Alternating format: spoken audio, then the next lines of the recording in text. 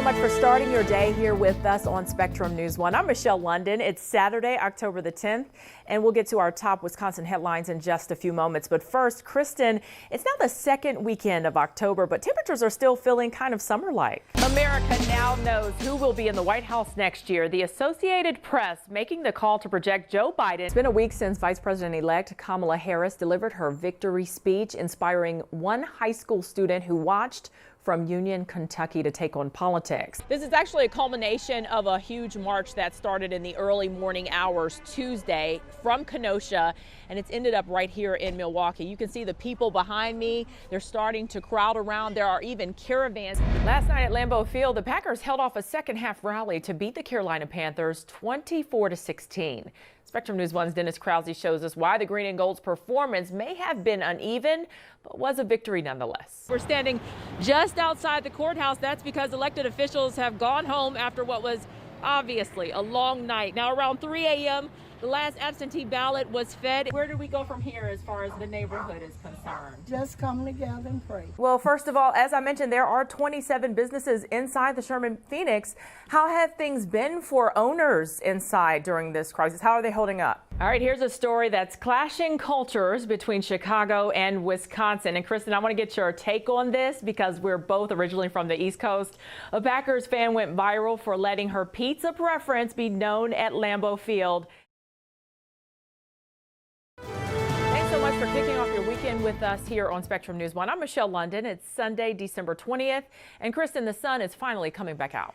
Last night at Lambeau Field, the Packers held off a second-half rally to beat the Carolina Panthers 24-16.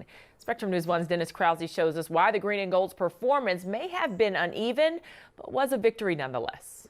The Milwaukee Bucks just a few days away from the start of the regular season and already winning awards. Sports Illustrated naming them Team of the Year during Saturday's award ceremony.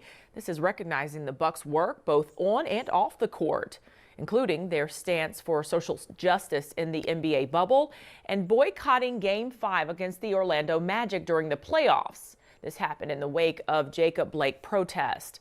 Chris Middleton did say George Hill initiated that effort, wanting to sit out when the team rallied around him and stood by his decision. Once the Bucks were back in Milwaukee, they hosted a social justice march this summer from the Pfizer Forum. A New Year's Day tradition nixed for college football fans in California. Officials announced Saturday the upcoming semifinal game will not be played at the Rose Bowl Stadium in Pasadena on January 1st. Instead, kickoff will be at the AT&T Stadium in Arlington, Texas. One reason for the venue change, the rising numbers of COVID-19 cases in Southern California, along with the state's game attendance ban. Over the last few weeks, the Pasadena Tournament of Roses Committee made 2 requests to the state of California for a special exception, but both were denied. Members did not say whether the popular semifinal would be renamed. The first doses of the Moderna vaccine are expected to arrive to the states on Monday morning. Late Friday, the Food and Drug Administration issued an emergency use authorization for the COVID vaccine. Leaders with Operation Warp Speed say more than 6 million doses of Moderna vaccines will be shipped to more than 3,200 sites starting this weekend. Just like Pfizer, the drug requires 2 doses administered about 3 weeks apart. Moderna's vaccine is approved for those 18 and older. With Pfizer's vaccine, you must be at least 16. Companies say both vaccines are about 95% effective. Some 20 million doses of both vaccines will be delivered by the end of the month, according to Operation Warp Speed. We turn now to the latest on the spread of COVID-19 across Wisconsin. A big drop in weekly tests given, with less than 69,000 people tested for the virus. Last month, more than 128,000 people were tested in the second week of November. DHS confirmed more than 3,600 new cases on Saturday. It's been a full week since Wisconsin had a day surpassing 4,000 new cases. The death toll, however, still climbing, with another 84 people in the past 24 hours. But hospital admissions continue to drop across Wisconsin, with 56 fewer patients in the last 24 hours to now under 1,300 people. Our state has seen more than 455,000 total cases since the pandemic began. Nearly 4,400 Wisconsinites have died. More than 400,000 people have recovered from COVID-19 in Wisconsin, with an untold number of those people dealing with long-term and short-term health effects. Now taking a look at the case positivity here in Wisconsin, we end the week just above 31%, a small decline from the week before. Case positivity across the state has not been below 30% since the middle of October. These are the rates of positive cases out of all the tests administered statewide, minus multiple negative tests in a row for any single person. We'll continue to update these numbers daily here on Spectrum News 1. Scientists in Wisconsin have developed a new tool that could help prevent groundwater contamination. Spectrum News 1's Jeff Dada explains how drones are now being used to measure soil depths. It's been cloudy just about everywhere across Wisconsin this weekend. Let's check in with meteorologist Kristen Ketchel to see if any sunshine is in the forecast. In your weather on the ones.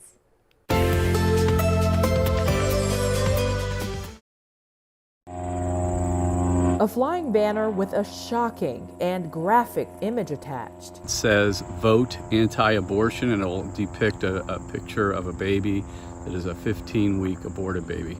An image and message that's tough to ignore, no matter where you stand. Why we're here to show the truth about abortion. It's one you may spot flying overhead all week long throughout downtown Milwaukee. And if seeing this signage makes you uncomfortable, well, Mark Harrington says that's the point. This gives us access to literally the airwaves here above cities where we can't be censored. Harrington is the president of Created Equal, a nonprofit pro-life organization based in Columbus, Ohio. He and his other organizers who traveled here this week say they're using this election cycle to educate voters. Milwaukee's a key city. Wisconsin's a key state, and then the Democrat convention's here. That is that people would go to the polls on November 3rd or earlier and throw the vote towards the pro-life candidate for president. Election time or not, I don't believe that it should be flying all around the city. Some Milwaukee residents say the flying banner is causing more harm than good. I'm not a real big fan of seeing the graphic photos out and about for children and everybody to see. It's disturbing because abortion's disturbing. We're just depicting it as it is. This anti-abortion message won't be limited to the sky. Traveling down Interstate 43, drivers can't miss the huge signage from the Warner Mount Avenue overpass. It has nothing to do with party lines. Okay, it's just about life. A man who wants to be identified as John drove 7 hours from Michigan to help spread a message he feels strongly about. Someone has to be concerned about babies' lives. If Black lives matter, and if all lives matter, shouldn't it start in the womb? Harrington says he's not here to reach people with a for or against stance on abortion, but would rather focus on those stuck in the middle. In Milwaukee, Michelle London, Spectrum News. Opening weekend at Miller Park drew in thousands of diehard Brewers fans, but very few were cuter or more determined for a win than Lola Laboda and her little sister Liberty. Everyone seemed like they were excited for us to be back, and we were just excited to be back in Miller Park. Before Saturday's Game 3 against the St. Louis Cardinals, Brewers outfielder Christian Yelich did not know these sisters were depending on him to defy the odds for their own personal gain. And this puppy conversation's been going on for months now. Lola and Liberty's parents, both diehard Brewers fans, Mike and Jessica Laboda, bring the girls to several games every season. Saturday's was their first of the year.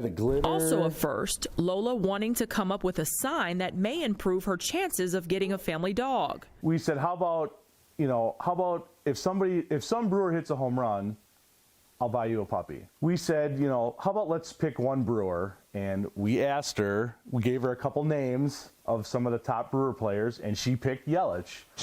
But Lola's dad knew the chances of Yelich hitting a third homer were slim. That is, until the bottom of the first inning. Just before that, me and Lola are sitting there, and I said, Yelich is coming up. I said, you got to hold this sign up. And the people around us knew what was going on. Here is the 0-1 delivery, and Yelich sends one to left center and deep. Get up! Get out of here! Gone for Yelich! And then, of course, the first pitch, he hits a home run. Following the big play, the Brewers tweeted a picture of Lola and her sign asking what she will name her new pup. The post received 4.6 thousand likes. Like, we came up with this and talked about it like an hour before leaving the house. So an $8 sign turns into this huge viral story that we never thought this would ever come to this. And Mike and Jessica are holding true to their word. Yelich made that happen, right? We're going to have a puppy. They're currently searching for a black Labrador or golden doodle that they'll, of course, name Yelly? But their 11-year-old Yelly, Maltese maybe we rescue, would name the Henry, puppy. will have to approve. Do you think he's going to like a new dog in the house? Yeah. Mommy's gonna bark when it comes in the house. He's going to bark when the dog first comes in? Okay. In Milwaukee, Michelle London, Spectrum News. At first glance, looking around the home of Thelma Sias, there are many intricate sculptures and sentimental photos covering every wall. It's my way of capturing my life journey. But take a closer look, and you'll discover Thelma's home is actually filled with political history. This is what she calls her memory wall.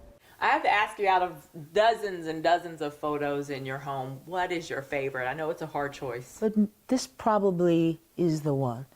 For him to send this note and to have his signature that says, to Thelma, all the best. Each photo shares a glimpse into her last 15 years of attending every Democratic National Convention since 2004. For 11 of those years, she served as a Democratic delegate. He put his hand on that Bible. And campaigned both terms for former President Barack Obama.